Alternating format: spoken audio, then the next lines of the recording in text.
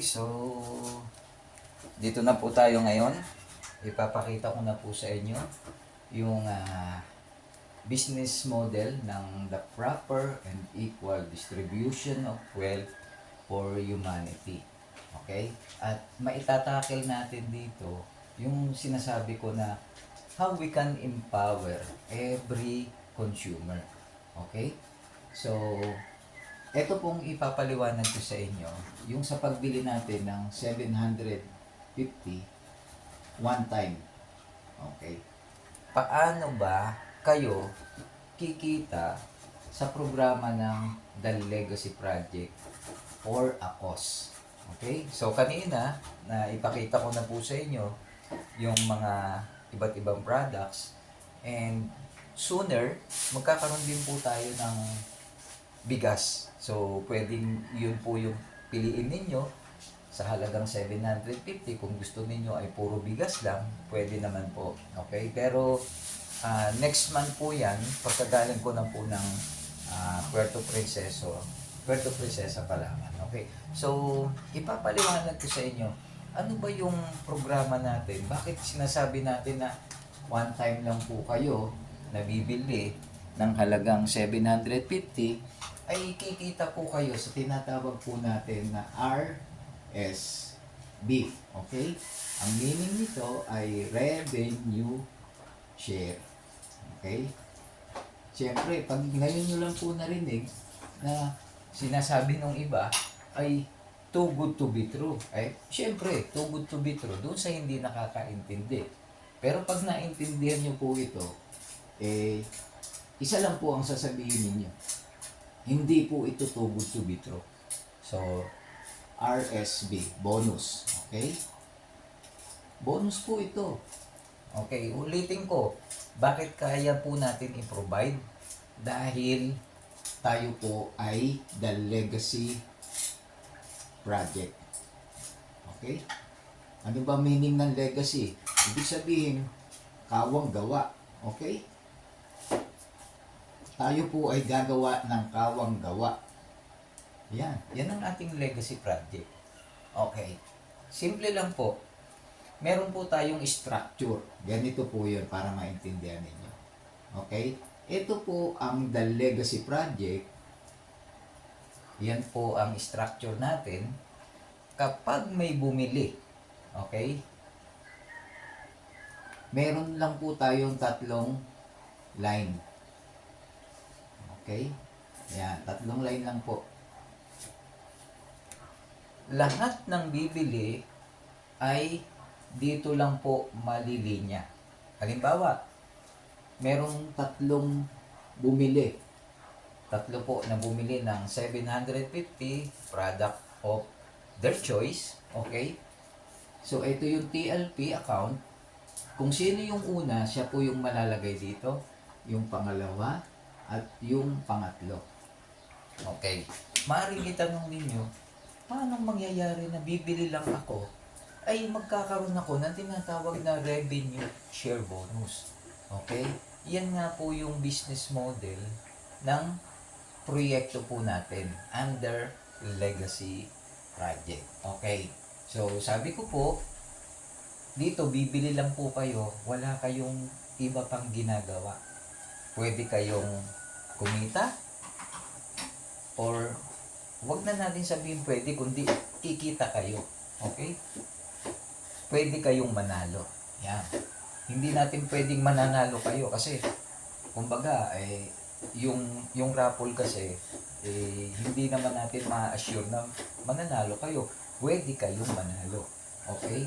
At panghuli, magiging protektado po yung pamilya po ninyo kapag kayo ay sumali. Hindi lang po kayo ang protektado, pati ang pamilya natin. Bakit? Ulitin ko, dahil tayo ay gagawa ng kawang gawa. Ayan, okay, legacy project. Ngayon, meron po tayong binubuo na 5 organization. Okay? Hindi ko na po isusulat para hindi tayo time consuming. Nandiyan po yung tinatawag natin na Yes Club International, Ang meaning ng YES ay Youth Empowerment Solutions Club International. Okay? Gaano karami ang bilang ng kabataan ngayon sa Pilipinas? Okay, kung meron tayong tinatawag na SK, yung ating YES Club International, ito po yung counterpart ng SK. Okay. Imagine ninyo, kung ang SK ngayon ay may bilang, na sabihin na lang natin 30 million, ito po yung magiging member ng YES Club International.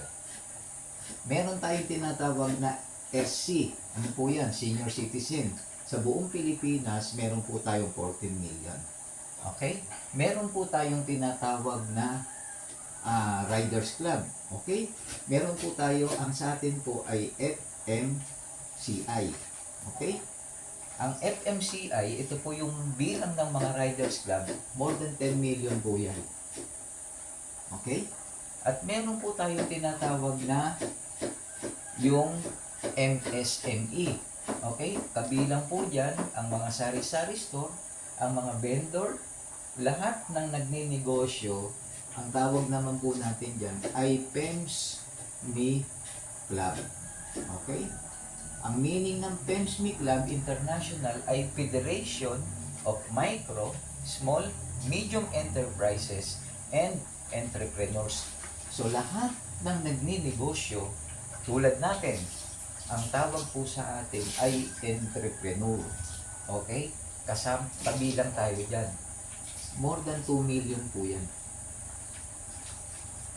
Kung kukumputin po ninyong lahat, ang total target po natin dito pa lang po sa 4 na organization is almost 50 million na po. Okay? Sa bilang na to, kapag bumili sila ng halagang 750, halimbawa, ang senior, meron po tayong tinatawag na Young at Heart Club International. Doon po sila automatic magiging member. Above 40, mapapasama po sila or mapapabilang sila doon sa tinatawag nating Young at Heart Club International. Kung negosyante, dito po sa PEMSME Club, kung rider, na po, mga transportation group, dito po sila mapapabilang FMCI Federation of Motorist Club International. 50 million ang target natin. Okay, ibig sabihin, ito po yung programa ng revenue share. Bumili, may bumili. Sabihin natin, 100 na katao. Okay? So, yung 100, ganito po ang magiging structure niya. Okay? Yan. So, yung out of 100, mapupunta po dito, yung number 2, malalagyan din po siya ng 3. Okay? Yung number 3, ayan. Ang maganda, halimbawa, kayo po yung nasa unang structure, may pumasok na 3, meron po kayong 10 pesos each. Okay? So, ibig sabihin, kikita po kayo ng 30 pesos as revenue share, RSB. Okay? Ganon din si number 2. Meron din siyang 30 pesos as revenue share. Si number 3, ganon din po. May 30 pesos din siya. Eh, dahil 100 po yan, so 9 pa lang po yan, ibig sabihin, meron pang 81. So, ibig sabihin nito, magkakaroon ng 3, magkakaroon ng 3, magkakaroon ng 3. Ito, ang total niyan, 9. Isi-shortcut ko na po Okay, 9. So, ibig sabihin, ikaw, may bumili, wala kang ginawa, bumili ka lang, may napunta sa'yo, okay, 9 times 10, total of 90 pesos. Okay? So, ikaw, kumita ka ng 90 pesos nung may pumasok na 9 na tao. Yung number 2, ganun din, kumita din po ng 90 pesos. Yung number 3, kumita din ng 90 pesos. Okay. Itong nasa, yung tawag natin dito, ito yung level 1 mo. Ito level 1 ng bawat isa. Level 1. Okay? Ibig sabihin, itong level 1, may pumasok na 3, sila din, merong kita bawat isa na 10 pesos. So, kumita ng 30 pesos. Ganyan po yun. Ibig sabihin, per level, binabayaran po ng revenue share ang bawat isa na malalagyan ng tao. Okay? Clear po yan, ha? So, yan po yung programa natin. Hanggang level 5. So, ito yung 1 ninyo. Ito yung 2. So, 9. 9. Okay? So, ibig sabihin, dito ang total niyan, 27. 27. Okay? Ito, magkakaroon ng 27. 27. 27. So, ito, 81. Yan. Shortcut ko na lang po, Yan. Hanggang sa mabuo, dito, mayroong 81. Bawat isa, 81. 81. Ito, ang total na pumasok dito, 243. Okay? 243. All in all, okay, kapag sa structure ninyo, mula sa inyong level 1 hanggang level 5, tinotal po natin, that is 363 na tao lang. I-multiply po natin ang 10 pesos. Ibig sabihin, binigyan po kayo ng RSB na worth magkano? That is total of 3,630 pesos. Yan po yung RSB natin. Revenue Share Bonus. Okay? Bonus lang po yan. Bakit? Bilang pagtangkilik ninyo, okay, ito po yung tinatawag natin na as a token of gratitude ng legacy project ay nagbibigay po tayo ng revenue share. Okay? Ngayon, baka itanong ninyo, teka, Coach Naldi, bakit doon sa ticket natin ang nakalagay lang 1,810? Okay, ganito po yun. Kaya niliitan ko lang yung value kasi baka isipin ninyo, bibili lang ako ng 750, kikita ako ng 3,630. So, ibig sabihin, kung hindi nyo pa naiintindihan, sasabihin ninyo, lokohan yan. Di po ba? Kaya ang ginawa ko lang po dyan, 1,810, kasi gusto kong ipakita na hindi po tayo dito nangangako. Okay? We are not promising too much sa inyo. Ibig sabihin, yung ine-expect nyo, 1,810. Yung pala, sobra pa dun. Ngayon, ang tanong, magre-reklamo ba kayo o mas lalo kayong matutuwa sa legacy project natin? Yun po yung prinsipyo kung bakit hindi ko nilagay dyan yung total na talagang ito po yung inyong revenue share na matatanggap sa umpisa. Ito ngayon ang magandang tanong. Ibig bang sabihin, Coach Naldi, Coach Onad, kailangan mabuo muna yung 363 bago ako kumita? Hindi po. Ang maganda dito, bawat level, kung ilan ang pumasok sa inyo, nagbibigay po tayo ng revenue share. Okay? Ang minimum withdrawal natin ay 600 pesos. Okay, sandali lang po. At mag-erase tayo. Wala yung ating erasure. Okay? Okay, so maliwanag po, naintindihan po ninyo. So, ibig sabihin, sa level 1, okay, merong, ito yung level 1 ninyo, merong 3, merong kayong, multiplied by 10. So, hanggang level 5, tama, hanggang level 5, level 1, level 2, level 3, level 4, at level 5, okay? So, 9, 27, 81, 243. Ang total niyan lahat ay 363 multiplied by 10. So, ang total niyan ay 3,630 pesos. So, may 10 pesos each. Ayan. Okay? So, malinaw na po. Okay, ang gagawin natin, burahin ko muna ito.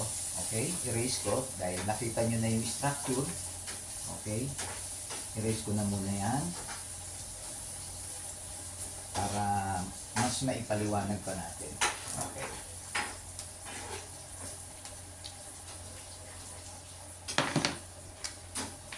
Ibig sabihin, per level, meron po kayong kita na revenue share. Magkano ito? Meron kayong 30 pesos. Meron kayong 90 pesos. Meron kayong 270 pesos. Meron kayong 810. At meron kayong 2,430. Okay? So, meaning, total nito ay 3,630 pesos. Ulitin ko, hindi po kailangan mabuo yung hanggang level 5 bago kayo kumita ng revenue share, RSB. Ulitin ko, per level, meron pong revenue share kayong kita. Okay? Oh. At ang minimum na withdrawal po natin ay 600 pesos. Bakit? Kasi kapag kayo po ay sa sweldo na, kikita na kayo ng revenue share na for 3,630, meron po tayong deduction po dyan na 20%. Okay? So, magkano ang 20% ng 3,630? That is 720 pesos. Okay? 3,630 multiplied by 20%. Oh, that is 726. Okay? Ano mangyayari sa 726? May kapalit po ulit na product yan. Ang maganda, ito po siya ngayon. Papaliwanag ko po para mas maintindihan ninyo. So, una, sa 600 pesos, ang minimum, kasi pag binawasan natin yan, okay, yung 600, binawasan natin ng 20%, may mababawas po na 120 times 20%. Okay? So, ibig sabihin, ang matatanggap nyo na lang ay 480 pesos. Okay? Kasi, yung 120 na ibinawas, magkakaroon po, pag naipon po yung 726, okay? Once na naipon, cumulative, yung 726, magkakaroon po ulit kayo ng product plus magi-sponsor po kayo ng dalawang member of your family. Dalawa. Okay, paano yan? Okay. Surahin ko na muna ulit para maintindihan ninyo. Okay.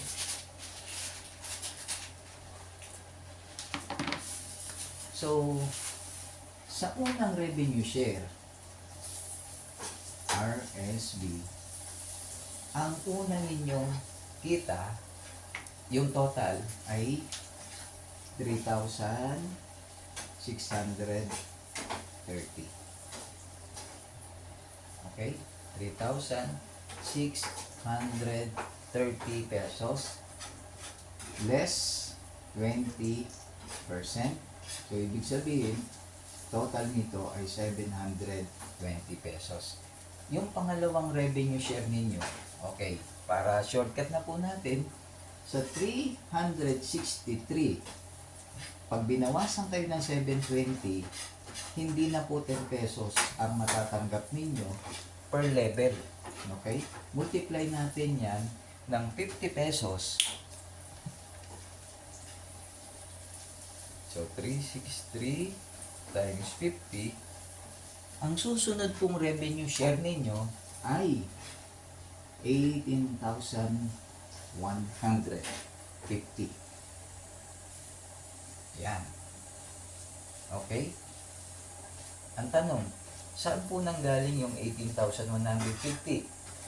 Yung 363, kapag lahat po yan ay kumita na po ng 3,630 at binawasan natin ng 720, okay, dito po natin kinukuha yung 50 pesos per level.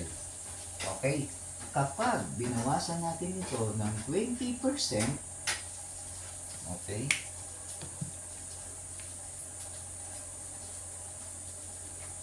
20%. Ibig sabihin, dito po, ang binawas natin ay 3,630. Okay? This time, pag binawasan po natin lahat ng kumita ng 18,150, binawasan natin ng 20%, ang naibawas po ay 3,630. Okay? Dito, kung dito, nakapag-sponsor kayo ng dalawa sa family members ninyo, dito po, 8 persons ang i-sponsoran po ninyo para magkaroon po sila ng account kay Legacy Project para pwede rin po silang kumita ng revenue share na ang una ay kikita ng 3,630. Ibig sabihin, kapag itong dalawang taong ito, nagkaroon din po sila ng total of 363 na tao sa ilalim nila through the program ng Legacy Project. Ibig sabihin, bawat isa sa kanila kikita din po ng 3,630 na revenue share. Okay po? Clear? And then, ngayon ito. So, nung kumita kayo ng 18,150, binawasan kayo ng 20%, total niyan 3,630. Ang susunod po ngayon ito, 363 na tao, hindi na po 50 ang matatanggap ninyo per level. That is 500. Magkano yan? That is 181,000. Wait. Hindi. Para hindi tayo magkamali. So, 363 times 500. Ayun. 181,500 na po. Ang susunod ninyong revenue share. Less 20% po ulit. Yan. This time, okay, kung kanina 8 ang sponsoran ninyo, dito po ang mangyayari ay 16 na tao. Ayan. Dito ko po sinasabi sa inyo kung bakit tuloy-tuloy na kayo po ay kikita dito sa programa ng Legacy Project na revenue share. Kasi automatic, meron po tayong benta sa company. One time lang kayong naglabas ng worth 750. Ibig sabihin, darating yung time, lahat ng kamag-anak ninyo mula sa inyo, matutulungan natin na maging protektado yung kanilang pamilya, kikita po sila ng revenue share, okay? At magkakaroon po kayo at sila ng iba't ibang account sa mga tie-up po natin na company. Okay? Kaya kung mapapansin nyo po, meron tayong nakalagay sa ilalim ng ating raffle coupon or raffle ticket. Sa ilalim po niyan, okay, nandiyan po yung ating mga tie-up na company. Ibig sabihin, pag binawasan po kayo dito, automatic magkakaroon po kayo ng account, libreng account sa iba't ibang mga company. Okay? Tuloy natin. So, 1, 2, 3. Okay? Pang-apat, 363. Pag binawasan ng 20%, that is 36,300. Okay? Dito po, ang matatanggap ng bawat isa ay 5,000 na per level. So, magkano na po ito?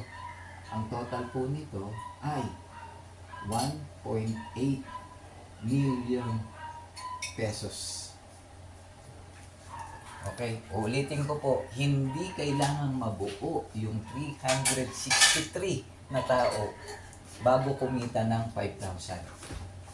Ibig sabihin, bawat level na may pumapasok sa system sa ilalim ninyo, binabayaran kayo ng 5,000. Halimbawa, mayroong pumasok 100 pa lang.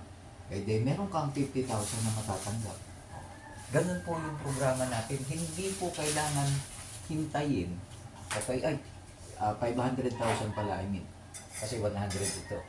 Dito po, hindi kailangan hintayin mabuo yung 363 na tao. Uulitin ko, per level, level 1, ilan yan? 3. O di meron kang 5,000. Okay? Level 2, merong 9. Meron kang 5,000 dyan. O, di meron kang 45,000. Okay? Level 3, may 27. O, multiplied by 5,000. Ganyan po yung programa natin. Kahit ilan lang po yung pumasok, meron kayong revenue share bonus. Okay? Sana malinaw po. O, ngayon ito.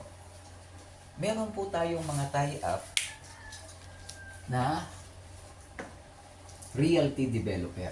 Ayan. Ulitin ko po sa inyo, ang legacy project, ang layunin, matulungan na yung mga kababayan nating mahihirap. Kasi ito po yun eh. Bakit nabuo po itong programa ng legacy project?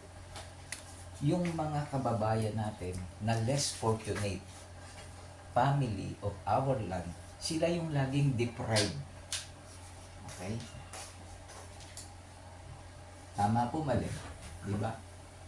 Itong mga mahihirap, ito yung hindi nabibigyan ng pagpapahalaga ng ating gobyerno. Oh. Diba? Sila yung laging akala natin natutulungan dahil sa ayuda. Ang tanong, itong ayuda na to, like 4Ps. 4Ps na lang pag-usapan natin. Meron ba itong talagang naging impact sa mahigit 10 milyong pamilyang Pilipino? Imagine ninyo, itong 10 milyong pamilyang Pilipino dahil sa ayuda, dahil sa 4Ps, naturuang maging mga tamad. Okay? Sorry po sa word, pero that is the reality. Di ba bakit? Si bawat pamilya may tatanggapin 3,000 pesos per month.